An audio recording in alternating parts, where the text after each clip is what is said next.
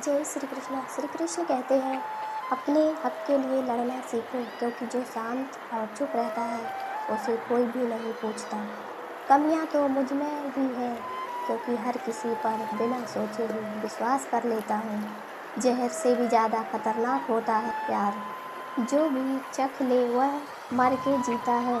तुम्हें चाहने वाला जब तुम्हें वक्त देना ही बंद कर दे, तो समझ लेना कि वह तुम्हारा नहीं रहा। अब तो हंसते हैं दूसरों को हंसाने के लिए, वरना दिल पर गम इतने हैं कि ठीक से रोया भी नहीं जाता। भगवान से मौत मांग ले, लेकिन इंसान से मोहब्बत कभी मत मांगना। तुम परवाह करना छोड़ दो, लोग तुम्हें तकलीफ देना छोड़ देंगे। सच्चा प्यार अक्सर धोखेबाज लोगों से ही होता है। हद से ज़्यादा किसी को प्यार देकर देखें, वह आपकी कद्र कम ना कर दे तो कहना। जो लोग दिल के सच्चे होते हैं, ज़िंदगी उनका ही सबसे ज़्यादा इम्तिहान लेती है। अच्छाई और सच्चाई चाहे पूरी दुनिया में ढूंढो, अगर खुद में नहीं तो कहीं नहीं मिलेगी। चाहे सामने वाले इंसान का चरित्र, इरादा और आदतें कैसी भी हों, इस जीवन में जीने से अधिक मरने के क्षण आएंगे। लेकिन तुम्हें इसमें भी छक्के दिखाना है। जिस पर दिल कांप जाता है, ऊपर वाला उसी की आजमाइश करता है। जमाने की नज़र में थोड़ा सा अकड़ कर चलना सीख लो। मोम जैसा दिल लेकर चलोगे तो लोग जलाते ही रहेंगे। सह लिया जो सहना था, अब सबको नज़रअंदाज करके जीना है। चिंता, कर्ज और प्रेम कोई करता नहीं, बस हो जाते हैं। समय के साथ घाव जरूर बढ़ जाते हैं, लेकिन हादसों का शोर उम्र भर पीछा करता है।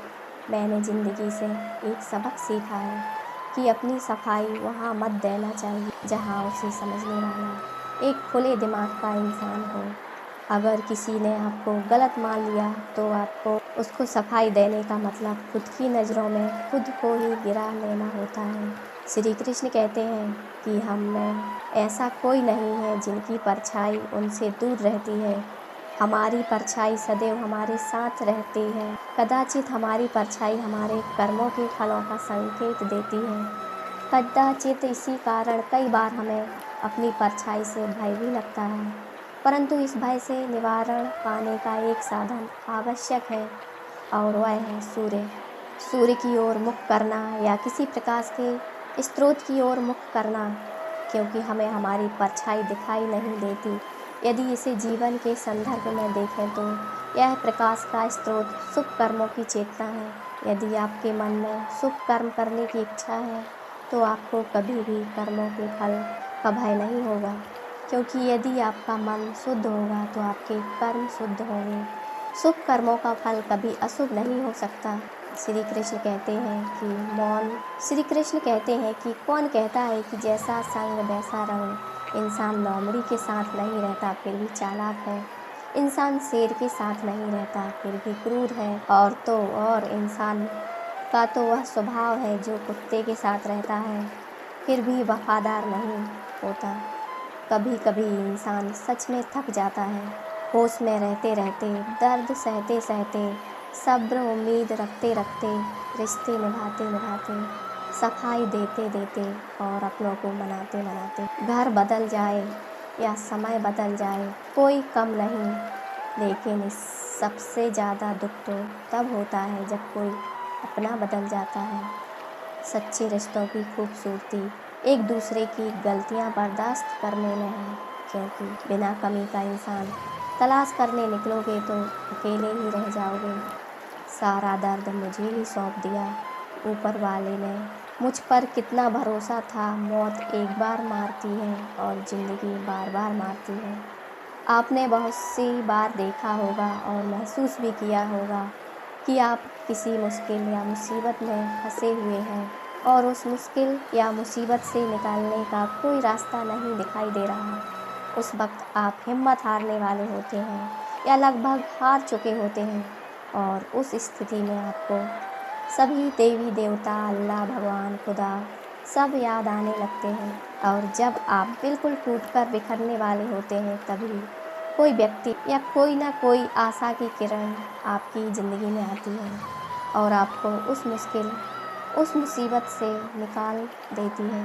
चलो एक उदाहरण से समझाता हूँ कि आप कहीं जा रहे हैं और किसी एक ऐसी जगह पर आपकी गाड़ी खराब हो जाए जहाँ जंगल हो, सुनसान रास्ता हो, डरावनी रात का अंधेरा हो और आपके मोबाइल में नेटवर्क नहीं आ रहा हो, या मोबाइल की बैटरी डाउन हो, या मोबाइल का बैलेंस ही ख़त्म हो जाए। मतलब आप किसी से कांटेक्ट नहीं कर पा रहे हैं और उधर से कोई भी गुजर ना रहा हो, या एक दो गुजरे भी तो उन्होंने आपकी मदद नहीं की। अब सोचो उस स्थिति में आपकी क्या हालत होगी। एक तो रात, ऊपर से बदमाशों, डकैतों का डर और जंगली जानवरों का डर अलग से, जब जरा सी आहट ही आपकी जान निकालने के लिए काफ़ी है। आपको आपको साक्षात यमराज सामने दिखाई देने लगेंगे। अल्लाह, खुदा, भगवान, ईश्वर सभी एक साथ याद आने लगेंगे और जुबां पर सिर्फ एक ही बात होगी कि हे मेरे मालिक, हे मेरे भगवान, बस मुझे एक बार इस मुश्किल से निकाल कर सही सलामत घर पहुंचा दे। कुछ लोग तो मन्नत तक मांग लेते हैं। आपका खून सूखने वाला ही होता है कि तभी कोई आपके पास आकर रुकता है और आपकी मदद करता है, जिससे आप सही सलामत घर पहुंच जाते हैं। और घर पहुंचकर आप उस व्यक्ति को बार बार धन्यवाद देते हैं। अब यहाँ पर एक बात सोचने वाली है, क्या वह व्यक्ति अपनी मर्जी से आया था? क्या उसका आना एक इत्तेफाक था, या उसे उस रब ने, उस मालिक ने, उस भगवान ने, उस खुदा ने आपके पास भेजा था? जहाँ तक मेरा मानना है, उसे उस मालिक, उस भगवान आपके पास भेजा था ताकि आप उस मुश्किल समय, मुसीबत से निकल सकें। क्योंकि ईश्वर सभी जगह नहीं आ सकते, वह आपकी मदद करने के लिए किसी न किसी को आपके पास भेज देते हैं। यह तो मात्र एक उदाहरण था। इसी तरह की बहुत सी बातें हमारी ज़िंदगी में होती हैं।